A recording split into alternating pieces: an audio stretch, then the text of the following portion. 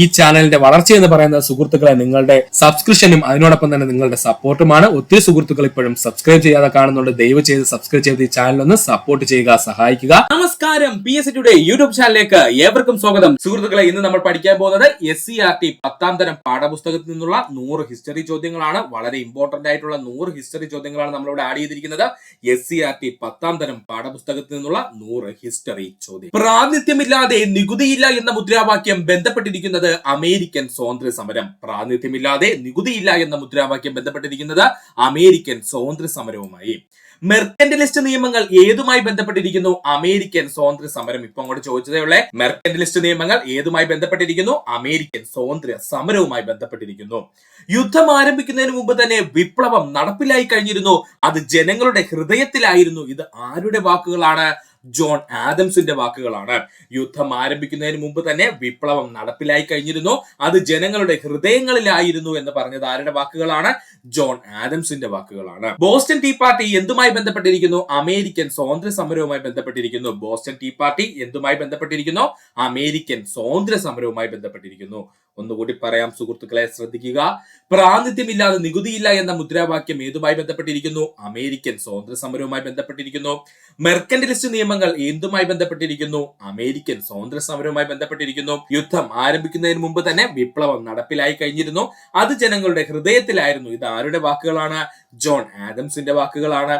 Boston tea party എന്തുമായി ബന്ധപ്പെട്ടിരിക്കുന്നു? American സ്വാതന്ത്ര്യ സമരവുമായി ബന്ധപ്പെട്ടിരിക്കുന്നു. പഠിക്കുക. മനുഷ്യന് ചില അവകാശങ്ങളുണ്ട്, അതിനെ ഹനിക്കാൻ ഒരു ഗവൺമെന്റിനും അവകാശമില്ല. ആരുടെ വാക്കുകളാണ്? ജോൺ ലോക്കിന്റെ വാക്കുകളാണ്. ഇതൊക്കെ PSC ഒരുപാട് തവണ പ്രീവിയസ് ആയി ചോദിച്ചതാണേ. പഠിച്ചോളണേ. മനുഷ്യന് ചില അവകാശങ്ങളുണ്ട്, അതിനെ ഹനിക്കുവാൻ ഒരു ഗവൺമെന്റിനും അവകാശമില്ല. ഇത് ആരുടെ വാക്കുകളാ? ജോൺ ലോക്കിന്റെ വാക്കുകളാണ്. ബോസ്റ്റൺ ടീ പാർട്ടി നടന്ന വർഷം 1773 ഡിസംബർ മാസം 16-ാം തീയതി. ബോസ്റ്റൺ ടീ പാർട്ടി നടന്ന വർഷം 1773 ഡിസംബർ മാസം 16-ാം തീയതി. ഏതെങ്കിലും ഒരു വിദേശ ശക്തിക്ക് ഈ വൻകര ദീർഘകാലം കീഴടങ്ങി കഴിയുമെന്ന് യുക്തിക്ക് നിരക്കുന്നതല്ല. ഇത് ആരുടെ വാക്കുകളാ? തോമസ് പെയിന്റെ വാക്കുകളാണ്. ഇതും PSC പ്രീവിയസ് ആയി ചോദിച്ചതാണ്. ഏതെങ്കിലും ഒരു വിദേശ ശക്തിക്ക് ഈ വൻകര ദീർഘകാലം കീഴടങ്ങി കഴിയുമെന്ന് യുക്തിക്ക് നിരക്കുന്നതല്ല. ഇത് ആരുടെ വാക്കുകളാണ്? തോമസ് പെയിന്റെ വാക്കുകളാണ്. കോമൺസ് എന്ന ലഘുലേഖ എഴുതിയതാരാണ്? തോമസ് പെയിൻ ആണ്. പഠിച്ചോളണേ. കോമൺസ് എന്ന ലഘുലേഖ എഴുതിയതാരാണ്? തോമസ് പെയിൻ ആണ്. അമേരിക്കൻ ഭരണഘടനയുടെ പിതാവ് എന്നറിയപ്പെടുന്നത് ജെയിംസ് മാഡിസൺ ആണ്. അമേരിക്കൻ ഭരണഘടനയുടെ പിതാവ് എന്നറിയപ്പെടുന്നത് ആരാണ്? ജെയിംസ് മാഡിസൺ ആണ്. ഒന്നുകൂടി പറയാം സുഹൃത്തുക്കളെ, ശ്രദ്ധിക്കുക. മനുഷ്യന് ചില അവകാശങ്ങളുണ്ട്, അതിനെ ഹനിക്കാൻ ഒരു ഗവൺമെന്റിനും അവകാശമില്ല. ഇത് ആരുടെ വാക്കുകളാണ്?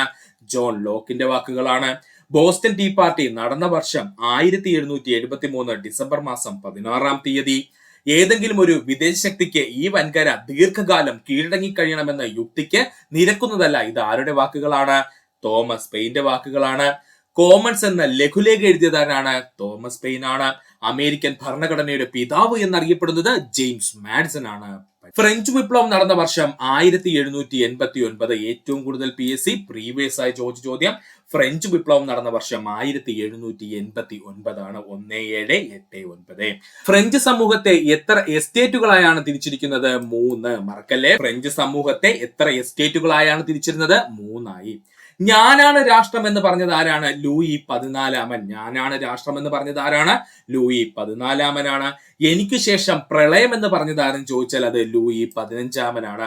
എനിക്ക് ശേഷം പ്രളയം എന്ന് പറഞ്ഞത് ആരാണ്? ലൂയി 15-മനാണ്. ടെന്നീസ് കോർട്ട് പ്രതിജ്ഞ എന്തുമായി ബന്ധപ്പെട്ടിരിക്കുന്നു? ഫ്രഞ്ച് വിപ്ലവവുമായി ബന്ധപ്പെട്ടിരിക്കുന്നു. ടെന്നീസ് കോർട്ട് പ്രതിജ്ഞ എന്തുമായി ബന്ധപ്പെട്ടിരിക്കുന്നത്? ഫ്രഞ്ച് വിപ്ലവവുമായി ബന്ധപ്പെട്ടിരിക്കുന്നു. ഫ്രഞ്ച് വിപ്ലവത്തിൽ ആരംഭമായി കണക്കാക്കുന്നത് ബാസ്റ്റിൽ ജയിലിന്റെ തകർച്ച. ഇപ്പൊ അങ്ങോട്ട് ചോദിച്ചതേ ഉള്ളേ. ഫ്രഞ്ച് വിപ്ലവത്തിന്റെ ആരംഭമായി കണക്കാക്കുന്നത് എന്താണ്? ബാസ്റ്റിൽ ജയിൽ തകർച്ചയാണ്. ഒന്നുകൂടി പറയാം സുഹൃത്തുക്കളെ, ശ്രദ്ധിക്കുക.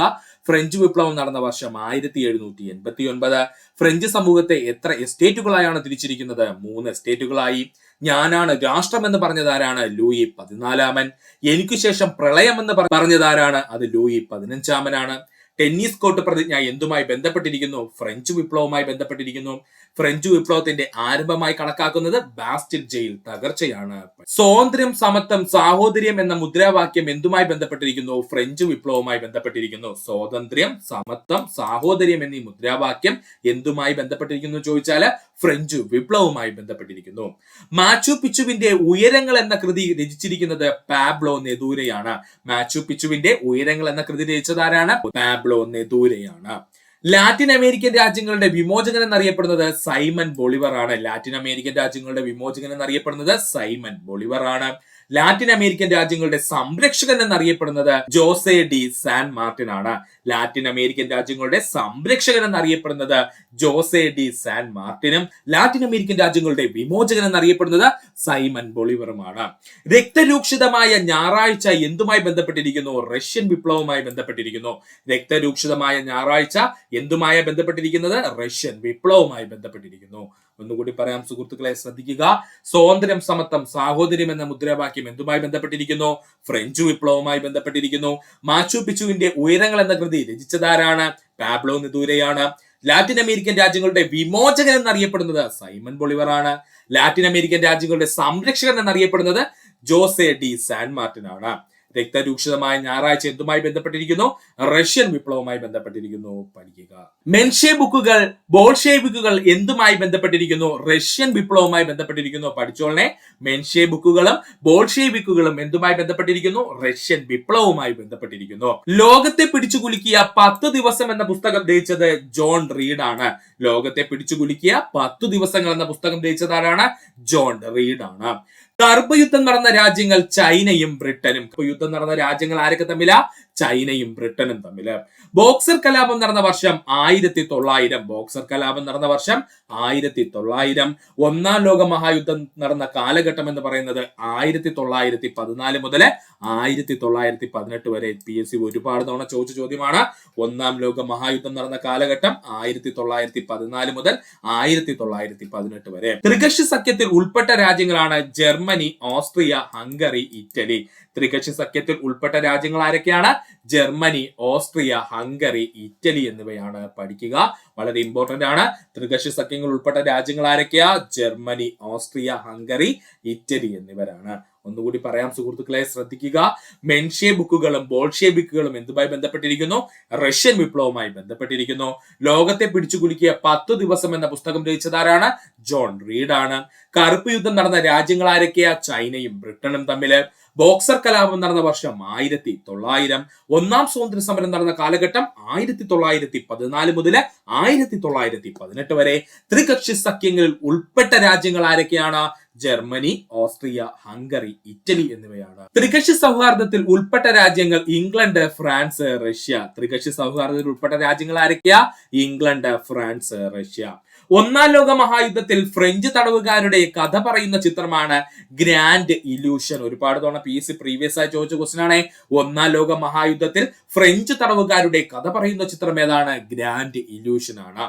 നാസിസത്തിന് നേതൃത്വം നൽകിയത് ഹിറ്റ്ലർ ആണ്. നാസിസത്തിന് നേതൃത്വം നൽകിയത് ആരാണ്? ഹിറ്റ്ലർ ആണ്. ഫാസിസത്തിന് രൂപം നൽകിയത് മുസോളിനി. ഫാസിസത്തിന് രൂപം നൽകിയത് ആരാണ്? മുസോളിനിയാണ്.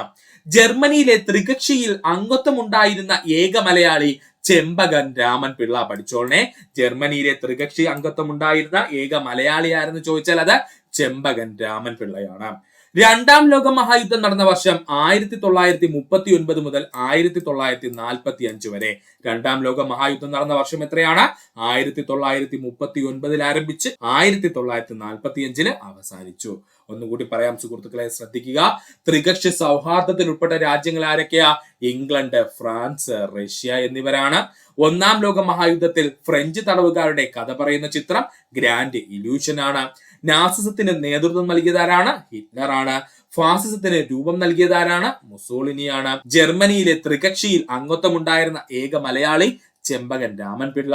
രണ്ടാം ലോക മഹായുദ്ധം നടന്ന വർഷം 1939 1945 ആണ്. പഠിക്കുക. അച്ചുതണ്ട് ശക്തികൾ എന്ന പേരിൽ അറിയപ്പെട്ടിരുന്ന രാജ്യം ചോദിച്ചാൽ അത് ജർമ്മനി, ഇറ്റലി, ജപ്പാൻ എന്നിവയാണ്. അച്ചുതണ്ട് ശക്തികൾ എന്ന പേരിൽ അറിയപ്പെടുന്ന രാജ്യങ്ങൾ ആരൊക്കെയാ? ജർമ്മനി, ഇറ്റലി, ജപ്പാൻ എന്നിവരാണ്. സഖ്യശക്തികൾ എന്ന പേരിൽ അറിയപ്പെട്ടിരുന്ന രാജ്യങ്ങൾ ഇംഗ്ലണ്ട്, ഫ്രാൻസ്, ചൈന. സഖ്യശക്തികൾ എന്ന പേരിൽ അറിയപ്പെട്ടിരുന്ന രാജ്യങ്ങൾ ആരൊക്കെയാ? ഇംഗ്ലണ്ട്, ഫ്രാൻസ്, ചൈന എന്നിവയാണ്. ഗൂർണിക്കോ എന്ന ചിത്രം വരച്ചത് പിക്കാസോയാണ്. ഗൂർണിക്കോ എന്ന ചിത്രം വരച്ചത് ആരാണ്? പാബ്ലോ പിക്കാസോയാണ്. മണിമുഴങ്ങുന്നത് ആർക്കു വേണ്ടി എന്ന നോവൽ രചിച്ചത് ഏണസ്റ്റ് ഹമ്മിങ്വേ ആണ്. മണിമുഴങ്ങുന്നത് ആർക്കു വേണ്ടി എന്ന നോവൽ രചിച്ചത് ഏണസ്റ്റ് ഹമ്മിങ്വേ ആണ്. അമേരിക്കൻ ജപ്പാനിലെ ഹിരോഷിമയിൽ ബോംബ് വർഷിച്ച വർഷം 1945 ഓഗസ്റ്റ് 6 അമേരിക്ക ജപ്പാനിലെ ഹിരോഷിമയിലെ ബോംബ് വർഷിച്ച വർഷം 1945 ഓഗസ്റ്റ് മാസം 6 ഈ ഓഗസ്റ്റ് മാസം 6 നമ്മൾ ഹിരോഷിമ ദിനമായിട്ടും ആചരിക്കുന്നു. ഒന്നുകൂടി പറയാം സുഹൃത്തുക്കളെ, ശ്രദ്ധിക്കുക. അച്ചുതണ്ട് ശക്തികൾ എന്നറിയപ്പെടുന്ന രാജ്യങ്ങൾ ആരൊക്കെയാ? Germany, Italy, Japan. സഖ്യശക്തികൾ എന്നറിയപ്പെടുന്ന രാജ്യങ്ങൾ ആരൊക്കെയാണ്? England, France, China. ഗൂർണിക്കോ എന്ന ചിത്രം വരച്ചത് പിക്കാസോ. മണിമുഴങ്ങുന്നത് ആർക്ക് വേണ്ടി എന്ന നോവൽ രചിച്ചത് ഏണസ്റ്റ് ഹമ്മിങ്വേ. അമേരിക്ക ജപ്പാനിലെ ഹിരോഷിമയിൽ ബോംബ് വർഷിച്ചത് 1945 ഓഗസ്റ്റ് 6. അതുകൊണ്ട് തന്നെ ഈ ഓഗസ്റ്റ് 6 ഹിരോഷിമ ദിനമായിട്ട് ആചരിക്കുന്നു. ഹിരോഷിമയിൽ വർഷിച്ച ബോംബിന്റെ പേരാണ് ലിറ്റിൽ ബോയ്. ഹിരോഷിമയിൽ വർഷിച്ച ബോംബിന്റെ പേരെന്തായിരുന്നു? ലിറ്റിൽ ബോയ് എന്നായിരുന്നു. നാഗസാക്കിയിൽ അമേരിക്ക ബോംബ് വർഷിച്ചത് 1945 ഓഗസ്റ്റ് 9. നാഗസാക്കിയിൽ അമേരിക്ക ബോംബ് വർഷിച്ച വർഷം എത്രയാ? 1945 ഓഗസ്റ്റ് 9. അതുകൊണ്ട് തന്നെ ഓഗസ്റ്റ് 9 നമ്മൾ നാഗസാക്കി ദിനമായിട്ട് ആചരിക്കുന്നു. ഓഗസ്റ്റ് 9 നമ്മൾ എന്തായിട്ട് ആചരിക്കുന്ന സുഹൃത്തുക്കളെ? നാഗസാക്കി ദിനമായിട്ട് ആചരിക്കുന്നു. നാഗസാക്കിയിൽ വർഷിച്ച ബോംബിന്റെ പേരാണ് ഫാറ്റ് മാൻ. നാഗസാക്കിയിൽ വർഷിച്ച ബോംബിന്റെ പേരെന്തായിരുന്നു? ഫാറ്റ് മാൻ എന്നായിരുന്നു. യുദ്ധവിരുദ്ധ വികാരത്തിന്റെ പ്രതീകമായ സഡാക്കോ കൊക്കുകൾ നിർമ്മിച്ചത് സഡാക്കോ സുസൂക്കി. പഠിച്ചോളനെ, യുദ്ധവിരുദ്ധ വികാരത്തിന്റെ പ്രതീകമായിട്ട് സഡാക്കോ കൊക്കുകളെ നിർമ്മിച്ചതാരാണ്? സഡാക്കോ സുസൂക്കിയാണ്. റഷ്യൻ വിപ്ലവത്തിന്റെ പശ്ചാത്തലത്തിൽ മാക്സിം ഗോർക്കി രചിച്ച നോവലാണ് അമ്മ. ഒരുപാട് തവണ PSC പ്രീവിയസ് ആയി ചോദിച്ചതാണ്. റഷ്യൻ വിപ്ലവത്തിന്റെ പശ്ചാത്തലത്തില് മാക്സിം ഗോർക്കി രചിച്ച നോവൽ ഏതാണ്? അമ്മയാണ്. ഒന്നുകൂടി പറയാം സുഹൃത്തുക്കളെ, ശ്രദ്ധിക്കുക. ഹിരോഷിമയിൽ വർഷിച്ച ബോംബിന്റെ പേരെന്തായിരുന്നു? ലിറ്റിൽ ബോയ് എന്നായിരുന്നു. നാഗസാക്കിയിൽ അമേരിക്ക ബോംബ് വർഷിച്ചത് 1945 ഓഗസ്റ്റ് മാസം 9. അതുകൊണ്ട് നാഗസാക്കി ദിനമായി നമ്മൾ ആചരിക്കുന്നത് ഓഗസ്റ്റ് 9. നാഗസാക്കിയിൽ വർഷിച്ച ബോംബിന്റെ പേരെന്തായിരുന്നു? ഫാറ്റ് മാൻ എന്നായിരുന്നു. യുദ്ധവിരുദ്ധ വികാരത്തിന്റെ പ്രതീകമായിട്ട് സഡാക്കോ കൊക്കുകളെ നിർമ്മിച്ചതാരും ചോദിച്ചാൽ അത് സഡാക്കോ സുസൂക്കിയാണ്. റഷ്യൻ വിപ്ലവത്തിന്റെ പശ്ചാത്തലത്തിൽ മാക്സിം ഗോർക്കി രചിച്ച നോവലാണ് അമ്മ. ഐക്യരാഷ്ട്ര സംഘടന രൂപീകൃതമായ വർഷം 1945 ഒക്ടോബർ മാസം 24. ഐക്യരാഷ്ട്ര സംഘടന രൂപീകൃതമായ വർഷം 1945 ഒക്ടോബർ മാസം 24. UN ദിനമായി അറിയപ്പെടുന്നത് ഒക്ടോബർ 24. UN ദിനമായി അറിയപ്പെടുന്നത് എന്താണ്? ഒക്ടോബർ 24. ഐക്യരാഷ്ട്ര സംഘടനയുടെ ആസ്ഥാനം ന്യൂയോർക്ക്. ഇപ്പൊ അങ്ങോട്ട് ചോദിച്ചതേയുള്ളേ, ഐക്യരാഷ്ട്ര സംഘടനയുടെ ആസ്ഥാനം ഏതാണ്? ന്യൂയോർക്ക് ആണ്. ശീതസമരം എന്ന പദം ആദ്യമായി ഉപയോഗിച്ചത് ബെർണാഡ് ബറൂച്ച്. പഠിച്ചോളനെ, ശീതസമരം എന്ന പദം ആദ്യമായി ഉപയോഗിച്ചത് ആരാണ്? ബെർണാഡ് ബറൂച്ച് ആണ്. ചേരിചേര പ്രസ്ഥാനത്തിന് രൂപം നൽകാൻ തീരുമാനിച്ച സമ്മേളനം 1955 ബന്ദൂങ് സമ്മേളനം. ചേരിചേര പ്രസ്ഥാനത്തിന് രൂപം നൽകാൻ തീരുമാനിച്ച സമ്മേളനം ഏതാണ്? 1955 ബന്ദൂങ് സമ്മേളനം. ചേരിചേര പ്രസ്ഥാനത്തിന്റെ ആദ്യ സമ്മേളനം നടന്ന സ്ഥലമാണ് ബെൽഗ്രേഡ്. ചേരിചേര പ്രസ്ഥാനത്തിന്റെ ആദ്യ സമ്മേളനം നടന്ന സ്ഥലം എവിടെയാണ്? ബെൽഗ്രേഡ് ആണ്. ഇതൊക്കെ PSC ഒരുപാട് തവണ പ്രീവിയസ് ആയി ചോദിച്ച ചോദ്യങ്ങളാണ്. അതുകൊണ്ട് നമുക്ക് വ്യക്തമായിട്ട് ഒന്നുകൂടി പഠിക്കാം. ഐക്യരാഷ്ട്ര സംഘടന രൂപീകൃതമായ വർഷം 1945 ഒക്ടോബർ 24. UN ദിനം എന്നറിയപ്പെടുന്നത് ഒക്ടോബർ 24. ഐക്യരാഷ്ട്ര സംഘടനയുടെ ആസ്ഥാനം ന്യൂയോർക്കാണ്. ശീതസമരം എന്ന പദം ആദ്യമായി ഉപയോഗിച്ചത് ബെർണാഡ് ബറൂച്ച് ആണ്. ചേരിചേര പ്രസ്ഥാനത്തിന് രൂപം നൽകാൻ തീരുമാനിച്ച സമ്മേളനം 1955 ബന്ദൂങ് സമ്മേളനം. ചേരിചേര പ്രസ്ഥാനത്തിന്റെ ആദ്യ സമ്മേളനം നടന്ന സ്ഥലം എവിടെയാണ്? ബെൽഗ്രേഡ് ആണ്. പഠിക്കുക. ചേരിചേരായ്മ എന്നാൽ ലോകരാജ്യങ്ങളിൽ നിന്നും മാറി നിൽക്കലല്ല, ലോകം അഭിമുഖീകരിക്കുന്ന പല പ്രശ്നങ്ങളിലും സജീവമായി ഇടപെടാനാണ് എന്നിങ്ങനെ അഭിപ്രായപ്പെട്ട വ്യക്തിത്വം ജവഹർലാൽ നെഹ്റു. കഴിഞ്ഞ ദിവസം ഒരു എക്സാമിന് ചോദിച്ചതേ ഉള്ളൂ. ചേരിചേരായ്മ എന്നാൽ ലോകരാജ്യങ്ങളിൽ നിന്നും മാറി നിൽക്കലല്ല, ലോകം അഭിമുഖീകരിക്കുന്ന പല പ്രശ്നങ്ങളിലും സജീവമായി ഇടപെടാനാണ് ഇങ്ങനെ അഭിപ്രായപ്പെട്ട വ്യക്തിത്വമാരാണ്? ജവഹർലാൽ നെഹ്റു ആണ്. അറബ് ഇസ്രയേൽ യുദ്ധത്തിനു ശേഷം രൂപീകരിച്ച എണ്ണ കയറ്റുമതി ചെയ്യുന്ന രാജ്യങ്ങളുടെ സംഘടനയാണ് ഒപെക്. മറക്കല്ലേ, അറബ് ഇസ്രയേൽ യുദ്ധത്തിനു ശേഷം രൂപീകരിച്ച എണ്ണ കയറ്റുമതി ചെയ്യുന്ന രാജ്യങ്ങളുടെ സംഘടനയാണ് ഒപെക്. നവസാമ്രാജ്യത്തിന്റെ ആശയങ്ങൾ എന്ന് പറയുന്നത് ഉദാരവൽക്കരണം, ആഗോളവൽക്കരണം, സ്വകാര്യവൽക്കരണം നമുക്ക് അറിയുന്നതാണ്. നവസാമ്രാജ്യത്തിന്റെ ആശയങ്ങൾ എന്നറിയപ്പെടുന്നത് ഉദാരവൽക്കരണം, ആഗോളവൽക്കരണം, സ്വകാര്യവൽക്കരണം. ഒന്നുകൂടി പറയാം സുഹൃത്തുക്കളെ, ശ്രദ്ധിക്കുക. ചേരിചേരായ്മ എന്നാൽ ലോകരാജ്യങ്ങളിൽ നിന്നും മാറി നിൽക്കലല്ല, ലോകം അഭിമുഖീകരിക്കുന്ന പല പ്രശ്നങ്ങളിലും സജീവമായി ഇടപെടാനാണ്. ഇങ്ങനെ അഭിപ്രായപ്പെട്ട വ്യക്തിത്വം ജവഹർലാൽ നെഹ്റു ആണ്. അറബ് ഇസ്രായേൽ യുദ്ധത്തിന് ശേഷം രൂപീകരിച്ച എണ്ണ കയറ്റുമതി ചെയ്യുന്ന രാജ്യങ്ങളുടെ സംഘടനയാണ് ഒപെക് എന്ന് പറയുന്നത്. നവ സാമ്രാജ്യത്തിന്റെ ആശയം എന്ന് പറയുന്നത് നമുക്ക് എല്ലാവർക്കും അറിയാം, ഉദാരവൽക്കരണം, സ്വകാര്യവൽക്കരണം, ആഗോളവൽക്കരണമാണ്. പൊതുഭരണം എന്നാൽ ഗവൺമെന്റ് ഭരണത്തെ സംബന്ധിക്കുന്നത് എന്ന് അഭിപ്രായപ്പെട്ടത് എൻ ഗ്ലാഡൻ ആണ്. പൊതുഭരണം എന്നാൽ ഗവൺമെന്റ് ഭരണത്തെ സംബന്ധിക്കുന്നത് എന്ന് അഭിപ്രായപ്പെട്ടത് ആരാണ്? എൻ ഗ്ലാഡൻ ആണ്. ഗ്രാമസ്വരാജ് എന്ന ആശയത്തിന്റെ ഉപജ്ഞാതാവ് മഹാത്മാഗാന്ധി. ഗ്രാമസ്വരാജ് എന്ന ആശയത്തിന്റെ ഉപജ്ഞാതാവ് ആരാണ്? മഹാത്മാഗാന്ധിയാണ്. നിങ്ങൾ എന്തെങ്കിലും നടപ്പിലാക്കുന്നതിന് മുമ്പ് നിങ്ങൾ കണ്ട പാവപ്പെട്ടവനും നിസ്സഹായനുമായ ഒരുവന്റെ മുഖം ഓർക്കുക. ഞാനിപ്പോൾ ചെയ്യാൻ പോകുന്നത് ആ പാവപ്പെട്ടവന് എങ്ങനെ സഹായകമാകുമെന്ന് സ്വയം ചോദിക്കുക. ഇങ്ങനെ അഭിപ്രായപ്പെട്ടത് ആരെന്ന് ചോദിച്ചാൽ അത് ഗാന്ധിജിയാണ്. പഠിച്ചോളണേ. നിങ്ങൾ എന്തെങ്കിലും നടപ്പിലാക്കുന്നതിന് മുമ്പ് നിങ്ങൾ കണ്ട പാവപ്പെട്ടവനും നിസ്സഹായനുമായ ഒരുവന്റെ മുഖം ഓർക്കുക. ഞാനിപ്പോൾ ചെയ്യാൻ പോകുന്നത് ആ പാവപ്പെട്ടവന് എങ്ങനെ സഹായമാകുന്നുവെന്ന് സ്വയം ചോദിക്കുക എന്ന് അഭിപ്രായപ്പെട്ട വ്യക്തിത്വമാരാണ്? ഗാന്ധിജിയാണ്. ജില്ലയിലെ ഏറ്റവും ഉയർന്ന ഭരണാധികാരി എന്നറിയപ്പെടുന്നത് ജില്ലാ കളക്ടറാണ്. പഠിച്ചോളണേ. ജില്ലയിലെ ഏറ്റവും ഉയർന്ന ഭരണാധികാരി എന്നറിയപ്പെടുന്നത് ആരാണ്? ജില്ലാ കളക്ടറാണ്. ഒന്നുകൂടി പറയാം സുഹൃത്തുക്കളെ, ശ്രദ്ധിക്കുക. പൊതുഭരണം എന്നാൽ ഗവൺമെന്റ് ഭരണത്തെ സംബന്ധിക്കുന്നത് എന്ന് അഭിപ്രായപ്പെട്ടത് എൻ ഗ്ലാഡൻ ആണ്. ഗ്രാമസ്വരാജ് എന്ന ആശയത്തിന്റെ ഉപജ്ഞാതാവ് മഹാത്മാഗാന്ധി. നിങ്ങൾ എന്തെങ്കിലും നടപ്പിലാക്കുന്നതിന് മുമ്പ് നിങ്ങൾ കണ്ട പാവപ്പെട്ടവനും നിസ്സഹായനുമായ ഒരുവന്റെ മുഖം ഓർക്കുക. ഞാനിപ്പോൾ ചെയ്യാൻ പോകുന്നത് ആ പാവപ്പെട്ടവന് എങ്ങനെ സഹായമാകുമെന്ന് സ്വയം ചോദിക്കുക എന്ന് അഭിപ്രായപ്പെട്ടത് ഗാന്ധിജിയാണ്. ജില്ലയിലെ ഏറ്റവും ഉയർന്ന ഭരണാധികാരി എന്നറിയപ്പെടുന്നത് ജില്ലാ കളക്ടറാണ്. UPSC അംഗങ്ങളെയും ചെയർമാനെയും നിയമിക്കുന്നത് രാഷ്ട്രപതി. UPSC അംഗങ്ങളെയും ചെയർമാനെയും നിയമിക്കുന്നത് രാഷ്ട്രപതി. സംസ്ഥാന പബ്ലിക് സർവീസ് കമ്മീഷനെയും അംഗങ്ങളെയും ചെയർമാനെയും നിയമിക്കുന്നത് ഗവർണറാണ്. സംസ്ഥാന പബ്ലിക് സർവീസ് കമ്മീഷൻ അംഗങ്ങളെയും ചെയർമാനെയും നിയമിക്കുന്നത് ആരാണ്? അത് ഗവർണറാണ്. ഇലക്ട്രോണിക് സാങ്കേതിക വിദ്യയുടെ ഭരണരംഗത്തെ ഉപയോഗം അറിയപ്പെടുന്ന പേരാണ് ഗവേൺസ്. ഒരുപാട് തവണ PSC പ്രീവിയസ് ആയി ചോദിച്ച ചോദ്യം. ഇലക്ട്രോണിക് സാങ്കേതിക വിദ്യയുടെ ഭരണരംഗത്തെ ഉപയോഗം അറിയപ്പെടുന്ന പേരാണ് ഗവേൺസ്. അക്ഷയ കേന്ദ്രത്തിന്റെ ലക്ഷ്യം എന്ന് പറയുന്നത് ജനങ്ങളെ സാക്ഷരതരാക്കുക എന്നുള്ളതാണ്. അക്ഷയ കേന്ദ്രത്തിന്റെ ലക്ഷ്യം എന്താ സുഹൃത്തുക്കളെ? ജനങ്ങളെ സാക്ഷരതരാക്കുക എന്നുള്ളതാണ്. പഠിക്കുക. ഒന്നുകൂടി പറയാം സുഹൃത്തുക്കളെ. UPSC അംഗങ്ങളെയും ചെയർമാനെയും നിയമിക്കുന്നത് രാഷ്ട്രപതി. സംസ്ഥാന പബ്ലിക് സർവീസ് കമ്മീഷൻ അംഗങ്ങളെയും ചെയർമാനെയും നിയമിക്കുന്നത് ഗവർണറാണ്. ഇലക്ട്രോണിക് സാങ്കേതിക വിദ്യയുടെ ഭരണരംഗത്തെ ഉപയോഗം അറിയപ്പെടുന്ന പേരാണ് ഗവേൺസ്. അക്ഷയ കേന്ദ്രത്തിന്റെ ലക്ഷ്യം എന്താണ്? ജനങ്ങളെ സാക്ഷരരാക്കുക എന്നുള്ളതാണ്. പഠിക്കുക. വിവരാവകാശ നിയമം പാസാക്കാൻ കാരണമായ സംഘടന മസ്ദൂർ കിസാൻ ശക്തി സംഘാതനാണ്. വിവരാവകാശ നിയമം പാസാക്കാൻ കാരണമായ സംഘടന ഏതാണ്? മസ്ദൂർ കിസാൻ ശക്തി സംഘാതനാണ്. മസ്ദൂർ കിസാൻ ശക്തി സംഘാതൻ സ്ഥാപിച്ചത് അരുണ റോയ് ആണ്. പഠിച്ചോളനെ. മസ്ദൂർ കിസാൻ ശക്തി സംഘാതൻ സ്ഥാപിക്കാൻ സഹായിച്ചത് വ്യക്തിത്വമാരാണ്? അരുണ റോയ് ആണ്. വിവരാവകാശ നിയമപ്രകാരം അപേക്ഷിച്ചാൽ അപേക്ഷയ്ക്ക് മറുപടി ലഭിക്കേണ്ട കാലയളവ് 30 ദിവസത്തിനുള്ളിൽ. വിവരാവകാശ നിയമപ്രകാരം അപേക്ഷ ലഭിച്ചാൽ അതിന് മറുപടി ലഭിക്കേണ്ട കാലയളവ് എത്രയാണ്? അത് 30 ദിവസത്തിനുള്ളിലാണ്. ഒന്നുകൂടി പറയാം സുഹൃത്തുക്കളെ, ശ്രദ്ധിക്കുക.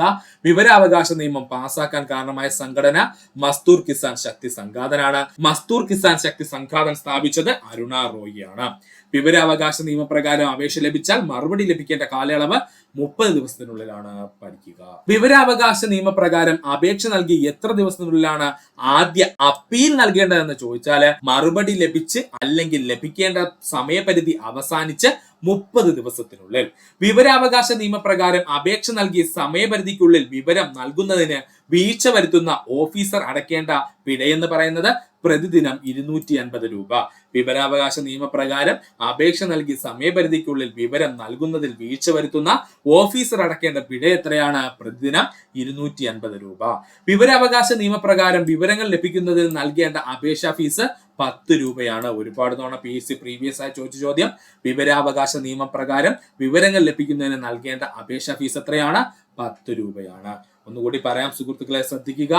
വിവരാവകാശ നിയമപ്രകാരം അപേക്ഷ നൽകി എത്ര ദിവസത്തിനുള്ളിലാണ് ആദ്യ അപ്പീൽ നൽകേണ്ടതെന്ന് ചോദിച്ചാൽ മറുപടി ലഭിച്ച് അല്ലെങ്കിൽ ലഭിക്കേണ്ട സമയപരിധി അവസാനിച്ച് 30 ദിവസത്തിനുള്ളിൽ. വിവരാവകാശ നിയമപ്രകാരം അപേക്ഷ നൽകി സമയപരിധിക്കുള്ളിൽ വിവരം നൽകുന്നതിന് വീഴ്ച വരുത്തുന്ന ഓഫീസർ അടയ്ക്കേണ്ട പിഴ പ്രതിദിനം 250 രൂപ. വിവരാവകാശ നിയമപ്രകാരം വിവരങ്ങൾ ലഭിക്കുന്നതിന് നൽകേണ്ട അപേക്ഷാ ഫീസ് 10 രൂപ. പഠിക്കുക. വിവരാവകാശ നിയമങ്ങൾ പ്രകാരം ലഭിക്കാത്ത വിവരങ്ങൾ എന്തൊക്കെയാണ്? രാജ്യസുരക്ഷയ്ക്കും അഖണ്ഡതയ്ക്കും ബാധിക്കുന്ന വിവരങ്ങൾ, രാജ്യസുരക്ഷയ്ക്കും അഖണ്ഡതയും ബാധിക്കുന്ന വിവരങ്ങൾ, കോടതി പരിഗണനയിലിരിക്കുന്ന വിവരങ്ങൾ, കോടതിയുടെ പരിഗണനയിലിരിക്കുന്ന വിവരങ്ങൾ, അതുപോലെ വ്യക്തികളുടെ ജീവനും സുരക്ഷയ്ക്കും ഭീഷണിയാകുന്ന വിവരങ്ങൾ, വ്യക്തികളുടെ ജീവനും സുരക്ഷയ്ക്കും ഭീഷണിയാകുന്ന വിവരങ്ങൾ, ഇങ്ങനെയുള്ള വിവരങ്ങളൊന്നും നമുക്ക് വിവരാവകാശ നിയമപ്രകാരം ലഭിക്കില്ല. അപ്പോ വിവരാവകാശ നിയമപ്രകാരം നമുക്ക് ലഭിക്കാത്ത വിവരങ്ങൾ എന്തൊക്കെയാണ്? രാജ്യസുരക്ഷയും അഖണ്ഡതയും ബാധിക്കുന്ന വിവരങ്ങൾ, കോടതിയുടെ പരിഗണനയിലിരിക്കുന്ന വിവരങ്ങൾ, വ്യക്തികളുടെ ജീവനും സുരക്ഷയ്ക്കും ഭീഷണിയാകുന്ന വിവരങ്ങൾ തുടങ്ങിയ വിവരങ്ങൾ നമുക്ക് വിവരാവകാശ നിയമപ്രകാരം ലഭിക്കില്ല. സർക്കാർ സേവനങ്ങൾ കൃത്യമായും ഉറപ്പായും ജനങ്ങൾക്ക് ലഭ്യമാക്കാൻ അവസരമൊരുക്കുന്ന നിയമമാണ് സേവന അവകാശ നിയമം. പഠിച്ചോളണേ. സർക്കാർ സേവനങ്ങൾ കൃത്യമായും ഉറപ്പായും ജനങ്ങൾക്ക് ലഭിക്കാൻ അവസരമൊരുക്കുന്ന നിയമം അറിയപ്പെടുന്ന പേരാണ് സേവന അവകാശ നിയമം. കേരള സംസ്ഥാന സേവനാവകാശ നിയമം നിലവിൽ വന്ന വർഷം 2012 നവംബർ 1. കേരള സംസ്ഥാന സേവനാവകാശ നിയമം നിലവിൽ വന്ന വർഷം 2012 നവംബർ 1. ഒന്നുകൂടി പറയാം സുഹൃത്തുക്കളെ, ശ്രദ്ധിക്കുക. വിവരാവകാശ നിയമപ്രകാരം ലഭിക്കാത്ത വിവരങ്ങൾ എന്താണ്? രാജ്യസുരക്ഷയും അഖണ്ഡതയും ബാധിക്കുന്ന വിവരങ്ങൾ, കോടതിയുടെ പരിഗണനയിലിരിക്കുന്ന വിവരങ്ങൾ, വ്യക്തികളുടെ ജീവനും സുരക്ഷയ്ക്കും ഭീഷണിയാകുന്ന വിവരങ്ങൾ, ഇവയൊന്നും വിവരാവകാശ നിയമപ്രകാരം നമുക്ക് ലഭിക്കില്ല. സർക്കാർ സേവനങ്ങൾ കൃത്യമായും ഉറപ്പായും ജനങ്ങൾക്ക് ലഭ്യമാക്കാൻ അവസരമൊരുക്കുന്ന നിയമം സേവന അവകാശ നിയമം. കേരള സംസ്ഥാന സേവനാവകാശ നിയമം നിലവിൽ വന്ന വർഷം 2012 നവംബർ 1. പഠിക്കുക. ഭരണ ഉദ്യോഗസ്ഥ തലത്തിലും രാഷ്ട്രീയ തലത്തിലുമുള്ള അഴിമതി തടയുന്നതിന് രൂപം നൽകിയ സ്ഥാപനങ്ങളാണ് ലോകായുക്തയും ലോക്പാലും. പഠിച്ചോളെ. ഭരണ ഉദ്യോഗസ്ഥ തലത്തിലും രാഷ്ട്രീയ തലത്തിലുമുള്ള അഴിമതി തടയുന്നതിന് രൂപം നൽകിയ സ്ഥാപനങ്ങളാണ് ലോകായുക്തയും ലോക്പാലും. ദേശീയ തലത്തിൽ അഴിമതി തടയാൻ രൂപം നൽകിയ സ്ഥാപനമാണ് ലോക്പാല്. ദേശീയ തലത്തില് അഴിമതി തടയാൻ രൂപം നൽകിയ സ്ഥാപനമാണ് ലോക്പാല്. ലോക്പാൽ നിയമം ഇന്ത്യയിൽ നടപ്പിലാക്കപ്പെട്ട വർഷം 2014 ജനുവരി 16. പഠിച്ചോളനെ. ലോക്പാൽ നിയമം ഇന്ത്യയിൽ നടപ്പിലാക്കിയ വർഷം ചോദിച്ചാൽ 2014 ജനുവരി 16 ആണ്. ഒന്നുകൂടി പറയാം സുഹൃത്തുക്കളെ, ശ്രദ്ധിക്കുക. ഭരണ ഉദ്യോഗസ്ഥ തലത്തിലും രാഷ്ട്രീയ തലത്തിലുമുള്ള അഴിമതി തടയുന്നതിന് രൂപം നൽകിയിരിക്കുന്ന സ്ഥാപനങ്ങളാണ് ലോകായുക്തയും ലോക്പാലും. ദേശീയ തലത്തിൽ അഴിമതി തടയുന്നതിന് രൂപം നൽകിയ സ്ഥാപനമാണ് ലോക്പാൽ എന്ന് പറയുന്നത്. ലോക്പാൽ നിയമം ഇന്ത്യയിൽ നടപ്പിലാക്കപ്പെട്ട വർഷം 2014 ജനുവരി 16 ആണ്. സംസ്ഥാന തലത്തിൽ അഴിമതി തടയുന്നതിനായി രൂപം നൽകിയ സ്ഥാപനമാണ് ലോകായുക്ത. സംസ്ഥാന തലത്തിലെ അഴിമതി തടയുന്നതിനായി രൂപം നൽകിയ സ്ഥാപനമാണ് ലോകായുക്ത. അഴിമതി തടയുന്നതിന് ദേശീയ തലത്തിൽ രൂപം നൽകിയ സ്ഥാപനമാണ് സെൻട്രൽ വിജിലൻസ് കമ്മീഷൻ. അഴിമതി തടയുന്നതിന് ദേശീയ തലത്തിൽ രൂപം നൽകിയ സ്ഥാപനം എന്ന് ചോദിച്ചാൽ അത് സെൻട്രൽ വിജിലൻസ് കമ്മീഷൻ ആണ്. സെൻട്രൽ വിജിലൻസ് കമ്മീഷൻ രൂപീകരിക്കാൻ കാരണമായ കമ്മിറ്റി സന്താനം കമ്മിറ്റി. ഇപ്പൊ അങ്ങോട്ട് ചോദിച്ചതേ ഉള്ളേ. സെൻട്രൽ വിജിലൻസ് കമ്മീഷൻ രൂപീകരിക്കാൻ കാരണമായ കമ്മിറ്റി സന്താനം കമ്മിറ്റി.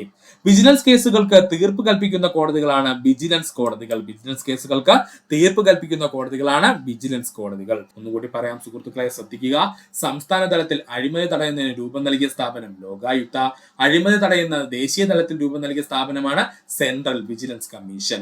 സെൻട്രൽ വിജിലൻസ് കമ്മീഷൻ രൂപീകരിക്കാൻ കാരണമായ കമ്മിറ്റി സന്താനം കമ്മിറ്റി. വിജിലൻസ് കേസുകൾ ഒത്തുതീർപ്പാക്കി കൽപ്പിക്കുന്ന കോടതികളാണ് വിജിലൻസ് കോടതികൾ. സെൻട്രൽ വിജിലൻസ് കമ്മീഷൻ രൂപീകൃതമായ വർഷം 1964. പഠിക്കും. ഔദ്യോഗിക കാര്യങ്ങളുമായി ബന്ധപ്പെട്ട പരാതികൾക്ക് തീർപ്പ് കൽപ്പിക്കാൻ ചുമതലയുള്ള ഉദ്യോഗസ്ഥനാണ് ഓംബുഡ്സ്മാൻ. പഠിച്ചോളനെ. ഔദ്യോഗിക കാര്യങ്ങളുമായി ബന്ധപ്പെട്ട പരാതികൾക്ക് തീർപ്പ് കൽപ്പിക്കാൻ ചുമതലപ്പെട്ട ഉദ്യോഗസ്ഥനാണ് ഓംബുഡ്സ്മാൻ എന്ന് പറയുന്നത്. ഓംബുഡ്സ്മാന്റെ യോഗ്യത വിരമിച്ച ഹൈക്കോടതി ജഡ്ജി ആയിരിക്കണം അദ്ദേഹം. ഓംബുഡ്സ്മാന്റെ യോഗ്യത എന്താണ്? വിരമിച്ച ഹൈക്കോടതി ജഡ്ജി ആയിരിക്കണം ആ വ്യക്തി. കണ്ടൽക്കാടുകളുടെ സംരക്ഷണത്തിന് വേണ്ടിയുള്ള പരിസ്ഥിതി സംരക്ഷണം എന്നറിയപ്പെടുന്നത് കല്ലേൽ പൊക്കുടൻ. കണ്ടൽക്കാടുകളുടെ സംരക്ഷണത്തിന് വേണ്ടി പ്രവർത്തിച്ച പരിസ്ഥിതി സംരക്ഷണം എന്നറിയപ്പെടുന്നത് കല്ലേൽ പൊക്കുടൻ. നാലുകെട്ട് എന്ന നോവൽ രചിച്ചത് MT വാസുദേവൻ നായർ. നാലുകെട്ട് എന്ന നോവൽ രചിച്ചത് MT വാസുദേവൻ നായർ. രാഷ്ട്രത്തെക്കുറിച്ചും അവകാശത്തെക്കുറിച്ചുമുള്ള പഠനമാണ് രാഷ്ട്രതന്ത്രം എന്ന പേരിൽ അറിയപ്പെടുന്നത്. രാഷ്ട്രത്തെക്കുറിച്ചും അവകാശത്തെക്കുറിച്ചുമുള്ള പഠനം അറിയപ്പെടുന്ന പേരാണ് രാഷ്ട്രതന്ത്ര ശാസ്ത്രം എന്ന പേരിൽ അറിയപ്പെടുന്നത്. പഠിക്കുക. ഔദ്യോഗിക കാര്യങ്ങളുമായി ബന്ധപ്പെട്ട പരാതികൾക്ക് തീർപ്പ് കൽപ്പിക്കാൻ ചുമതലപ്പെട്ട ഉദ്യോഗസ്ഥനാണ് ഓംബുഡ്സ്മാൻ എന്ന് പറയുന്നത്. ഓംബുഡ്സ്മാന്റെ യോഗ്യത വിരമിച്ച ഹൈക്കോടതി ജഡ്ജിയാണ്. കണ്ടൽക്കാടുകളുടെ സംരക്ഷണത്തിന് വേണ്ടി പ്രവർത്തിച്ച പരിസ്ഥിതി സംരക്ഷണം എന്നറിയപ്പെടുന്നത് കല്ലേൽ പൊക്കുടൻ. നാലുകെട്ട് എന്ന നോവൽ രചിച്ചത് MT വാസുദേവൻ കുഞ്ഞിരാമൻ നായർ. രാഷ്ട്രത്തെക്കുറിച്ചും അവകാശത്തെക്കുറിച്ചുമുള്ള പഠനം രാഷ്ട്രതന്ത്രശാസ്ത്രം പഠിക്കുക. മനുഷ്യന്റെ ഉത്ഭവത്തെക്കുറിച്ചും വംശീയ പരിണാമത്തെക്കുറിച്ചുമുള്ള പഠനമാണ് നരവംശശാസ്ത്രം എന്ന പേരിൽ അറിയപ്പെടുന്നത്.